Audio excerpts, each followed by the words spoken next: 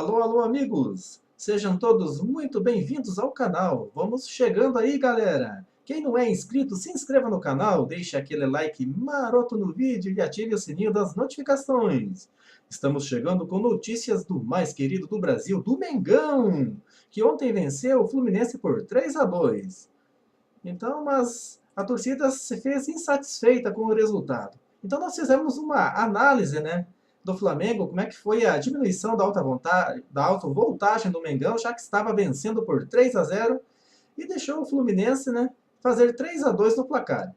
Após 20 minutos iniciais a 1000 por hora, rubro-negro tem fim de primeiro tempo preguiçoso. Vê reservas tricolores trocarem passes e depende da dupla Bruno Henrique e Gabigol.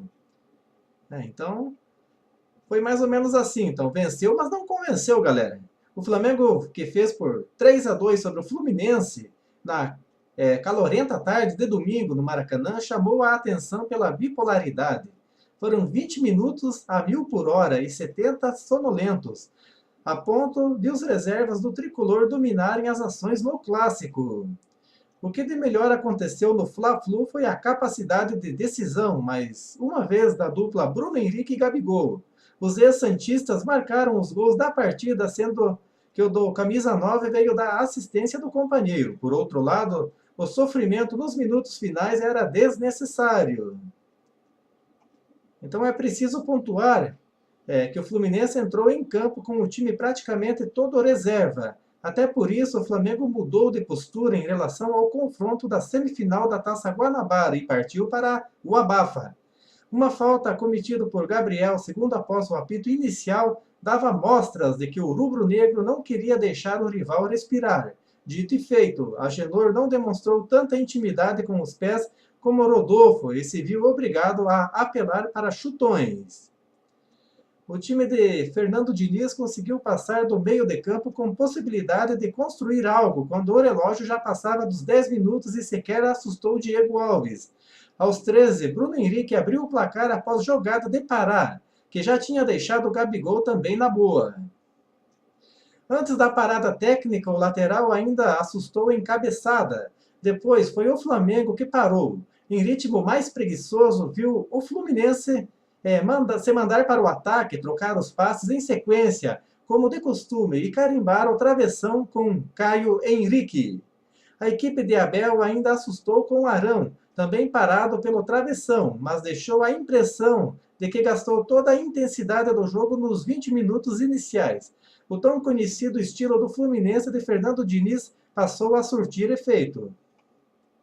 Então, e o panorama não mudou muito na volta do intervalo. O Flamengo sufocante deu lugar a um Flamengo reativo, e o tricolor passou a gostar do jogo. Melhor para os rubro-negros, que graças a passes de Diego e Bruno Henrique, a super exposição do Fluminense foi castigada com gols do próprio Bruno Henrique e do Gabigol. Não é pouco, garantiu a vantagem e a vitória, mas foi só o que o rubro-negro fez de produtivo. Fazendo valer dos espaços dados por um René irreconhecível no Maracanã, né? Na marcação também, né? O Fluminense descontou com Jodi e João Pedro e obrigou um rival que se fechava para apostar nos contra-ataques e se fechar para defender mesmo e não desperdiçar o resultado. Venceu, mas não convenceu e irritou Abel. Revelou em coletiva o tom de cobrança no vestiário, mesmo com o triunfo. Pediu seriedade e constância nas próximas partidas. Quarta-feira, o rival é o próprio Fluminense. Dessa vez, o titular e o Flamengo não tem chance de errar. Ou vence ou está fora da Taça Rio. Então, aqui a federação já confirmou as datas das semifinais da Taça Rio, né? Então, agora é o mata-mata, né? As semifinais da Taça Rio definidas neste final de semana já possuem data. O clássico entre Flamengo e Fluminense será realizado na quarta, enquanto a partida entre Bangu e Vasco na quinta-feira. Então, Fluminense e Flamengo, o Fluminense joga por um empate, né? Quarta-feira às 21h30 no Maracanã. E Bangu e Vasco, quinta-feira às 21h30 também no Maracanã. Para chegar nas semifinais, o Fluminense se classificou em primeiro no seu grupo com 11 pontos, seguido pelo Vasco. Já no outro grupo, o Bangu foi o primeiro com 15 pontos, um a mais do que o Flamengo, segundo colocado. Por terem terminado a fase de grupos em primeiro, Fluminense e Bangu jogam pelo empate. Vai entender esse campeonato, né? Então vamos lá ver aqui a coletiva de Abel, né, que se mostrou muito aborrecido, né, por erros do Flamengo no Clássico. Então vamos ver o que Abel achou aqui, né? O técnico Abel ficou satisfeito com a vitória, né, do Flamengo no Clássico, mas se mostrou insatisfeito com a produção da equipe, principalmente no segundo tempo, quando o Fluminense reagiu e quase complicou o resultado. Na entrevista coletiva, o técnico rubro-negro disse que o time precisa aprender a jogar com seriedade durante os 90 minutos. Ganhamos, mas saímos chateados.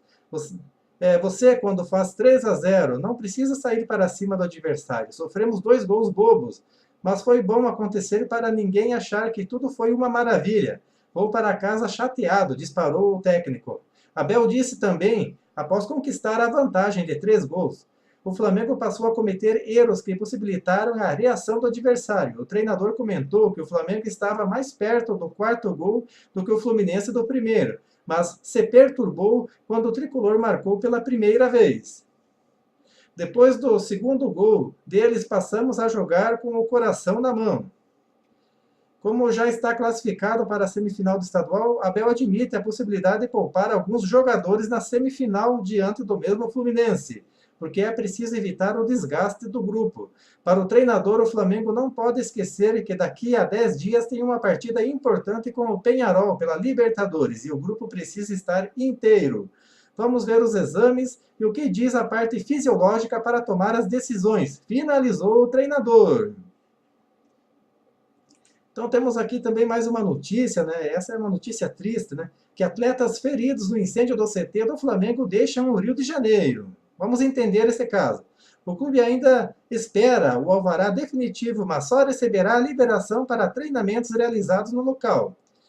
Francisco Diogo e Cauã Emanuel, feridos na tragédia, começam a deixar o Rio devido à falta de alojamento. Francisco Diogo já saiu do hotel onde estava hospedado com a família e partirá para Fortaleza. Já Cauã Emanuel irá fazer o mesmo trajeto. Mas na quarta-feira, algumas outras famílias vivem situações semelhantes. A liberação do CT do Flamengo poderá vir essa semana com a proibição do pernoite. Então, aqui diz que o Ministério Público do Estado se pronunciou sobre o caso e orientou para que os jovens não treinem sem o acompanhamento dos seus responsáveis. Ao todo, são mais de 30 famílias que vivem essa situação e alguns alegam que não podem fazer isso por correrem risco de perder o emprego em suas cidades. Então é isso aí, galera. Essas são as notícias do Mengão, né? Estamos indo aí. Um forte abraço a todos. Não se esqueçam de se inscrever no canal e deixar aquele like maroto, né? Um forte abraço a todos e até a próxima aí, galera.